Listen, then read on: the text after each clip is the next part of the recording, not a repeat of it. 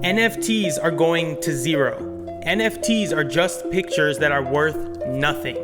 These are the headlines that you see these days within the crypto space, but I'm here to tell you that this may or may not be true. Let's dive into it. Welcome back, everybody, to The Crypto Compass, your guide to everything crypto.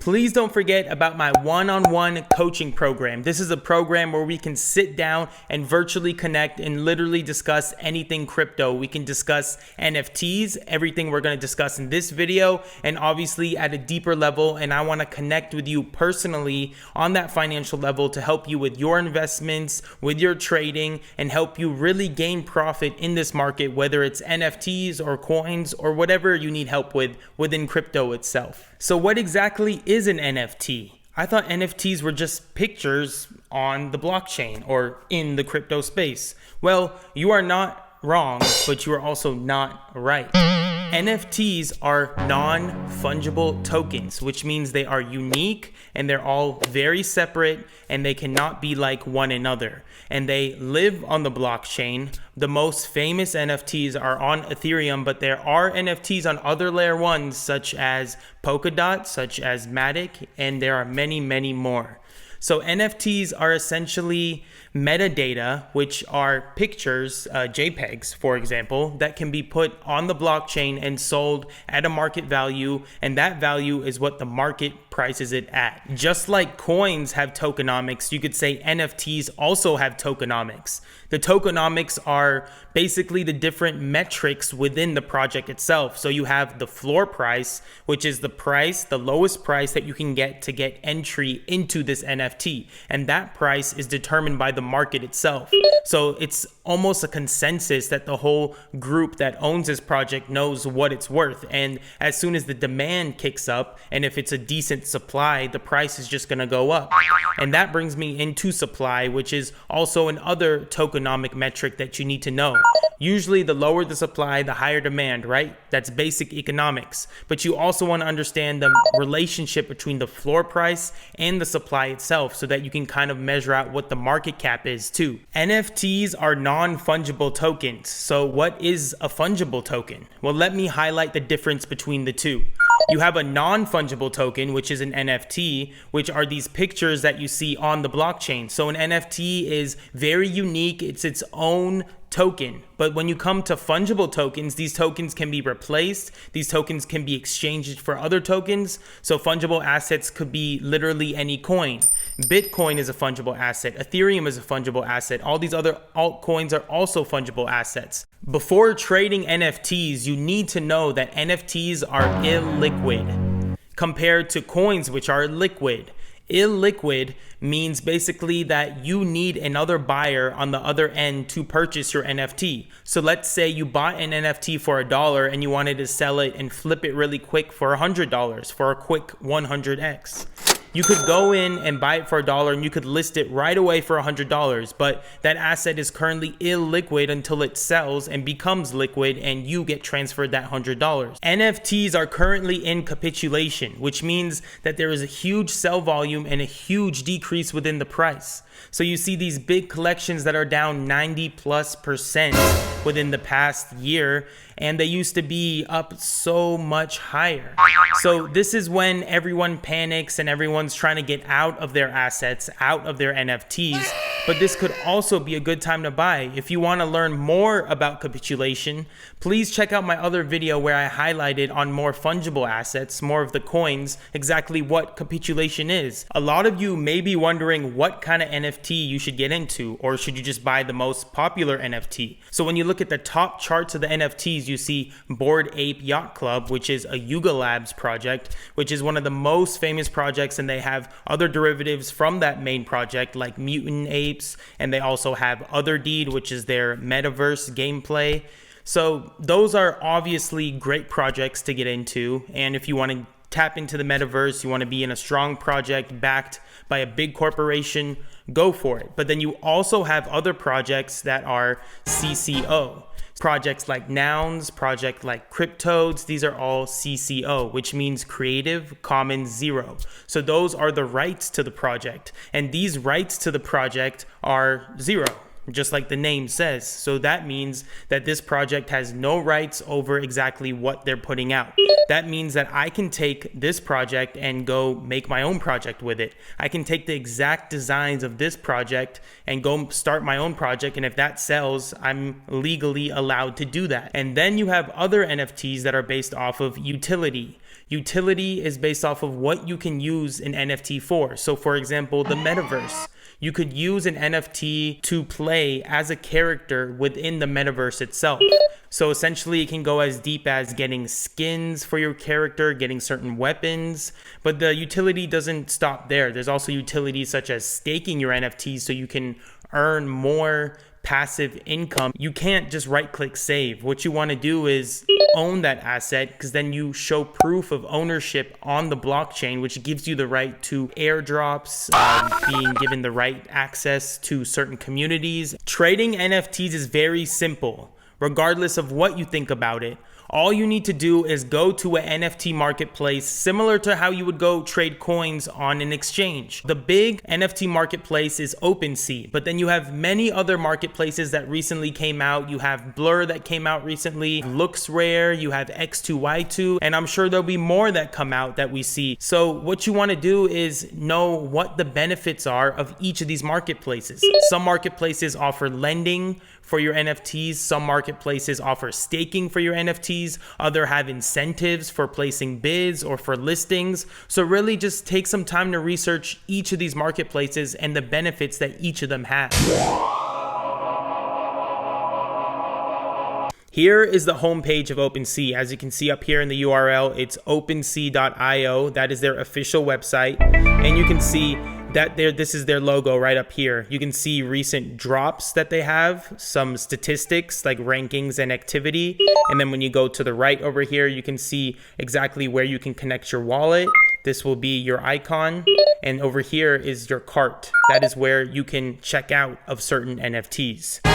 Now, if we go down here, we can see where it's trending. You can see the trending NFTs. It'll show you the top ones as well. And then you go into notable collections, which are some collections that OpenSea highlights. And then you can see what these top collectors are purchasing so that you can kind of get a jump ahead on what you should be buying. And then you can see trending categories within each industry. So you see trending in art, for example. You can see trending in gaming, in memberships, and so on. You got music, PFPs, which are profile pictures. And then when you go down here, you can see an education section that OpenSea implemented. LooksRare.org is the official website. LooksRare up here. And this is another NFT marketplace, and they offer a lot of earnings. So over here, it says you can stack gems, which is one of their coins, and earn looks, which is the official coin of their marketplace. So if we go in here, we can get a little more details. And what it says here is list NFTs from eligible collections, and you can earn gems and climb the leaderboard. And at the end of the season, you exchange your gems for looks, which is their looks token. And they also have buying and selling NFTs. If you buy and sell on their marketplace itself, you get rewards. And they have, apparently they've given over 1.3 billion in rewards. And then when you go down here, you can see that they offer 21.35% APY with looks. So if you stake your looks, you'll earn a share of daily trading fees in wrapped Ethereum. Homepage of X2Y2, the official website, x2y2.io. As you can see over here, X2Y2, you can see collections, rewards, and loans. So this is what X2Y2 offers. You can buy and sell and lend your NFTs. So if we go down here, you can see they also have a 100% trading fee rebate for all collections, which means you'll get some percent back on the gas fees that you spend. And here are the current metrics that we're looking at: the APY, the fees, and the volume. And now you can also look at the NFT loans.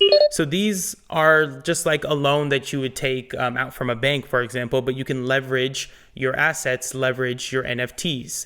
So what you're doing here is it's showing you exactly how much you borrowed, how much is borrowed within the whole program, the loans, the APR percentage. So right now it's almost 100% APR, and you can actually go borrow an NFT, or you could lend out your NFT, which would also be a good way to make some passive income. Blur.io is their official website. If you look here, we see Blur, you can see their collections and activity, and specifically airdrop. They were big on airdropping. They had an airdrop that they did recently as well. So if we go down here, you can see just like OpenSea, it has a trending collections. But what it offers here is it's saying you can execute trades faster and make more money on Blur. And when you go down here for the community, these are the airdrops that what they offered. So you have 360 million Blur that was distributed in season 1, which was the first season of the airdrops. And now if you want another airdrop for season 2, you have to start listing and bidding on their marketplace.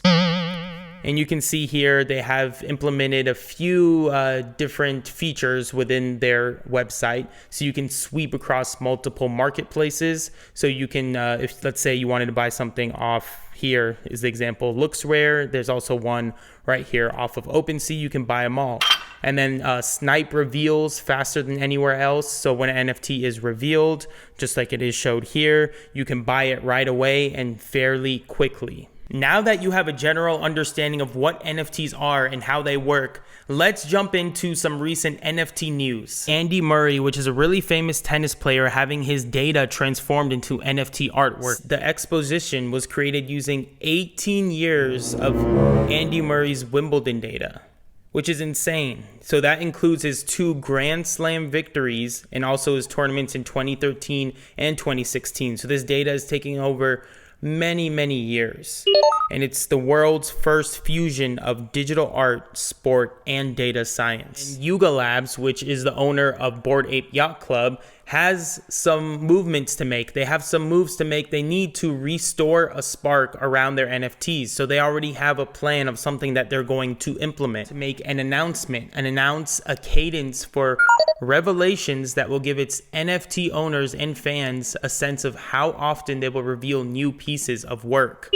So they've been working on a project called The Other Side, which is their metaverse project, and they want to basically let others start building on it or building upon it.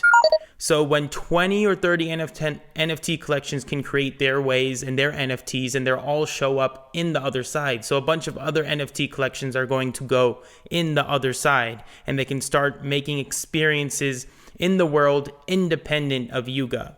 So last year over here, Yuga got this guy over here, Algiri, sorry if I'm butchering the name, from Activision Blizzard, which is a huge gaming company, and he served there as the CCO. So what they want to do is they have this grand vision of what they will do is we will execute with The Other Side, and it was set out in the early days of Yuga when The Other Side came out, and now it looks like they're finally trying to execute on it. So let's see what this becomes and if this can be very bullish for Bored Ape Yacht Club and NFTs in general. And Justin Bieber's Bored Ape NFT, which is the Bored Ape Yacht Club, which he bought at a staggering $1.3 million in 2022, is now worth around $60,000. And that's also assuming that that $60,000 is the floor price, and his Bored Ape doesn't have any rare qualities that might be worth more. But that initial $1.3 million to $60,000, that's a huge percent decline. Thank you everyone for tuning in to the Crypto Compass. I hope you learned a lot about NFTs, how to trade them, how to navigate in them, and exactly how they work.